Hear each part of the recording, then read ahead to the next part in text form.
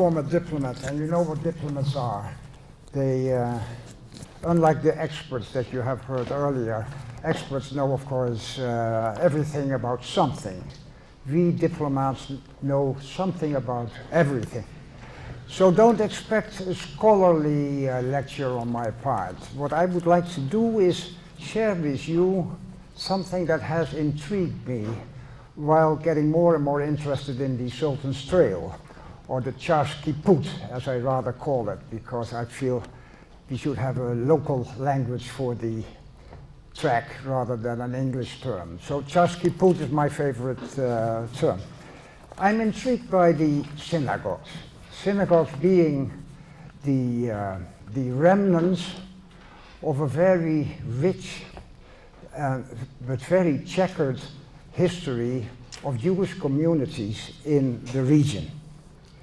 So throughout the centuries, these Jewish communities have gone through very different times. There were peaceful times, there were very troubled times, there was persecution, there was rehabilitation, there was expulsion sometimes, then there was readmission, there was prosperity at times, and there was very great times of hardship. And of course, this whole long checkered history ended abruptly with the Second World War and the Holocaust.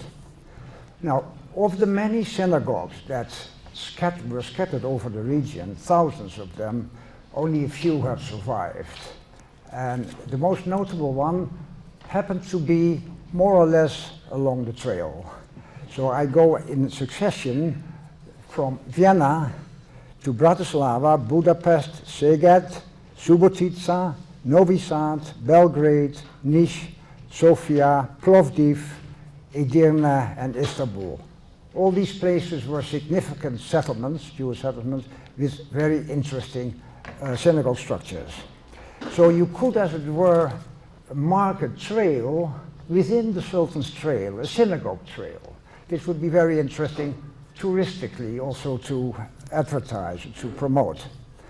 Now, I know, Jan, we have very limited time, so I'm going to be very concise. I will restrict myself to just Hungary and Serbia.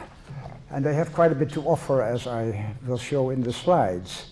But I cannot show you slides without giving you a bit of insight in the rise and fall of the Jewish communities. Allow me to do a bit of history, be it very cursory and more or less superficially, because I'm not a real expert. But there has been evidence of Jewish settlements in very early days, already in Roman times and certainly in the Middle Ages. But significant numbers came to our region, to the Balkans especially, from the late 15th century onward. They were expelled by the Spanish and Portuguese Inquisition, and so they came through the southern route to Thessaloniki, and from there spread over the Balkans. Thessaloniki has ever, since that point, been a very predominantly Jewish city. In fact, there were 60% of the population was Jewish, until, of course, the Second World War. Belgrade was a center of this Sephardic Jewish immigration, and it became one of the most prestigious Sephardic centers in Europe. It had a very famous school, yeshiva, the pupils, the alumni of which were sent all over Europe. So this, sorry, Mr. Chairman. What I want to say, as an exaggeration maybe, and provocative maybe, so please contradict me, but I would almost pose to say that it was the combination of Christian hostility and Muslim hospitality that accounted for this sudden and large increase of Jewish settlements in the Balkans. So that's one. That is the Balkans. Then we have Hungary. which also saw a very remarkable increase in Jews immigrating already before this Sephardic influx in the 16th century or 15th century. The Ashkenazi Jews, as they were called, from Central and Eastern Europe, they came steadily, already from the 12th century onwards, into Hungary. That somehow had the reputation, quite remarkable, and I don't know quite why, of being a relatively tolerant environment. Sure, there were all discriminatory measures, etc., but throughout the ages, Hungary has been a refuge, a safe place, as it were, for repressed Jews from suffering from persecution, pogroms in Russia, Poland, other places. So here again, we have both Hungary and Serbia as being relatively secure places for these persecuted Jewish communities. Now, there's a long history of ups and downs, as I mentioned before. But to make it brief, I would glance over all these historic nuances and just mention as a broad side that in Hungary, for the Jewish communities, from 1850 onwards, it was a relatively stable, relatively safe, and increasingly prosperous place. There is some official facts there. In 1867, they were officially granted equal rights. 67 was that. In 95, Judaism was recognized as an official religion in the country. Times became harsher in Hungary for the Jews.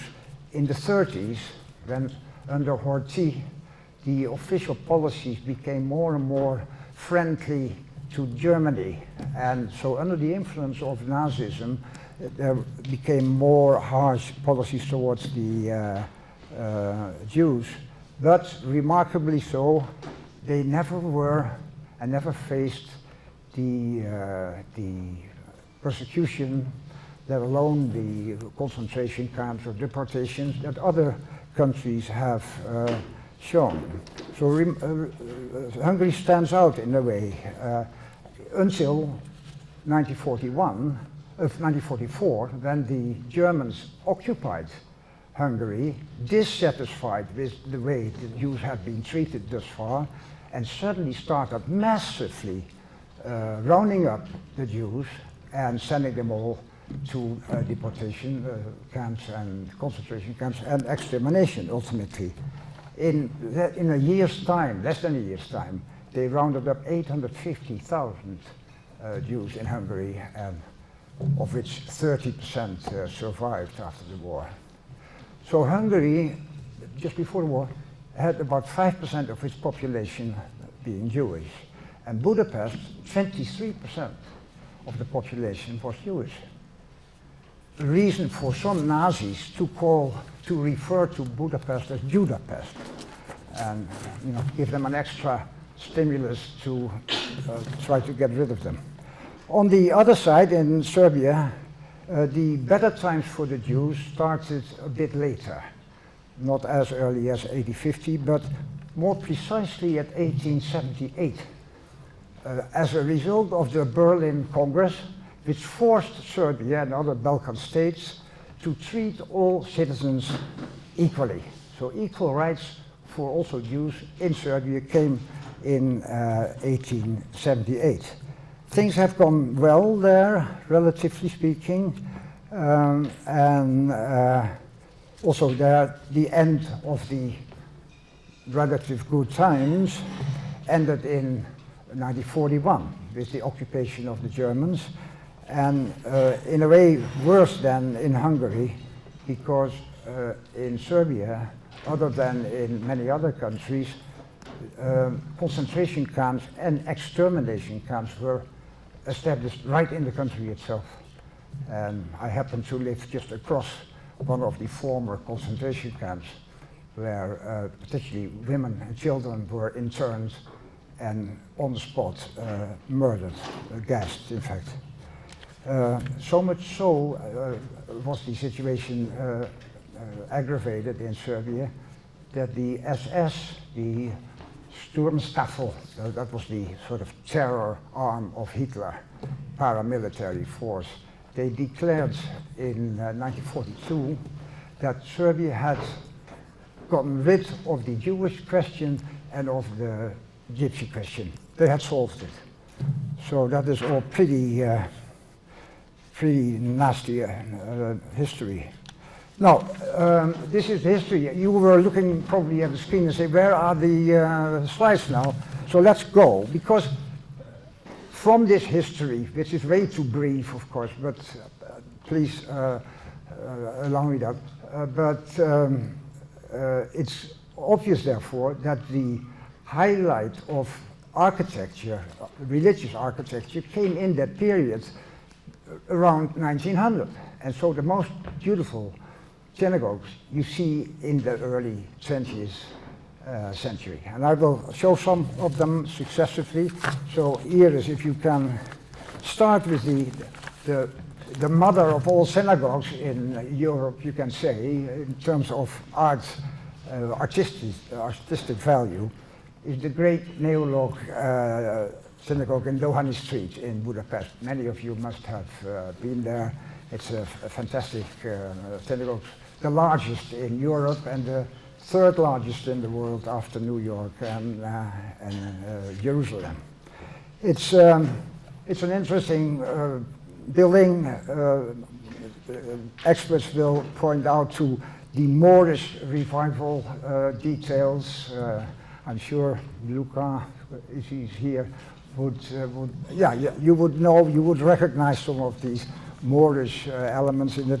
It's the early one. It's 1856, and it symbolizes, of course, the emancipation of the Jewish community, which, as I said earlier, started from 1850. So this is really a very early example of Jewish revival. There are lots of details about it which I will skip. Franz Liszt was playing the organ there, and there were lots of more nice and funny details. One thing maybe to know is that the synagogue, the Central Synagogue in Manhattan, is an exact copy of this synagogue. So you see the interior, it's massive, it's wonderful, it's very impressive to walk around. We go to the next one. That is almost, this is Szeged. It's almost more interesting. It is built between 1900 and 1903, and the architect is a very famous architect of synagogues. Lipot Baumhorn is his name. And it is Art Nouveau with Hungarian and somewhat Moorish touches. Very interesting. The Szeged people consider it the most beautiful one in the world, of course, but it is a very, very special one, and absolutely worth seeing. But we move on. We have to move on to the next one, which is in a way the twin of the Szeged synagogue. Although it was designed by an Hungarian and a Jewish architect, Kamar and what's his name, and Jagab. And it was also at the same time, 1903. Funny aspect here is that this synagogue, the design was submitted in Szeged to be there the prime synagogue, and they lost to Baumhorn's one that is actually built in Szeged, but it was in competition with the one in Szeged, but it is almost a twin. It's a fantastic structure. You see it in many pictures, and it should be an absolutely firm feature on anyone who is going down the Sultan's Trail.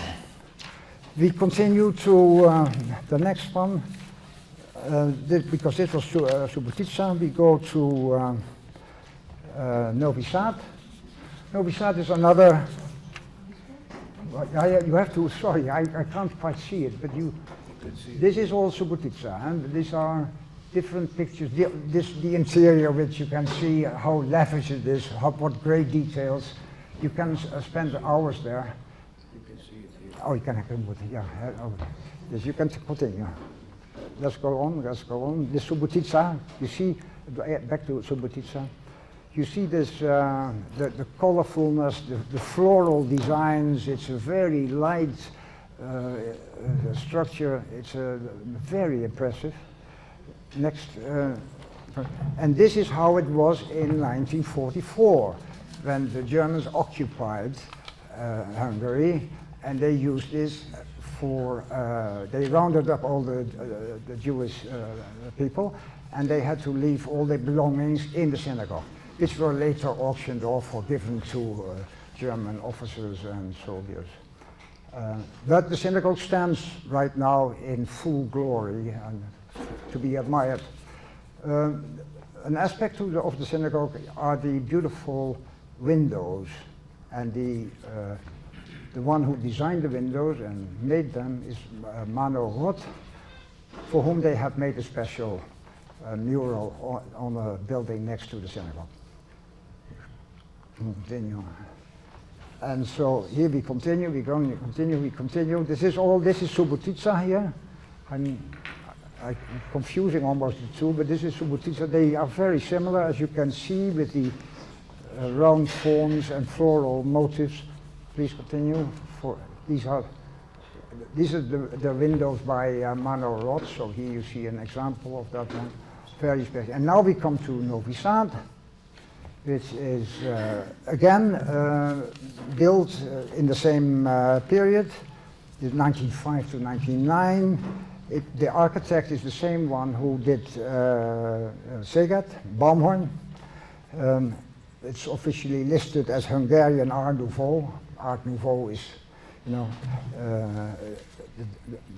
some other refer to it as Jugendstil, but Art Nouveau is the rightly, or Secession, they say in Austria.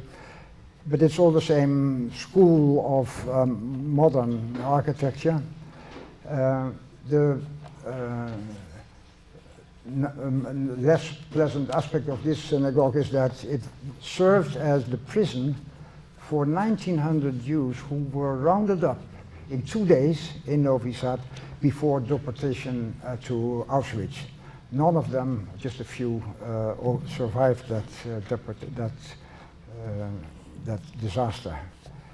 So this is Novi Sad. It's not functioning as this is, by the way, this is Baumhorn, the architect, but and this is the interior. But not yet this one. The synagogue does not function anymore as a temple, but it is turned into a cultural museum, as many other places have been elsewhere in Serbia or other countries. Then we come to, I'm finishing, Jan, I know you're watching the thing. Here is the Belgrade, the old synagogue, the Beth Israel synagogue. Very beautiful, as you can see, but you can't see it now anymore because it's, next picture, it has been burned by the Germans, by the Nazis, and in 41 already, and it's gone. What is left in Belgrade is the only functioning synagogue full-time in Serbia. That is right there in the center of Belgrade. It's called the Sukat Shalom, for everyone to visit. A dwelling of peace. It's a bit Art Deco-ish. It's built later, 1925. The good thing here is, to mark, is that it symbolized also the integrated position, the better integrated position of the Jewish community in the wider Serbian society, because its opening, the foundation stone, was marked, I think, by signing of a charter by the king and the queen that time of the kingdom. So this is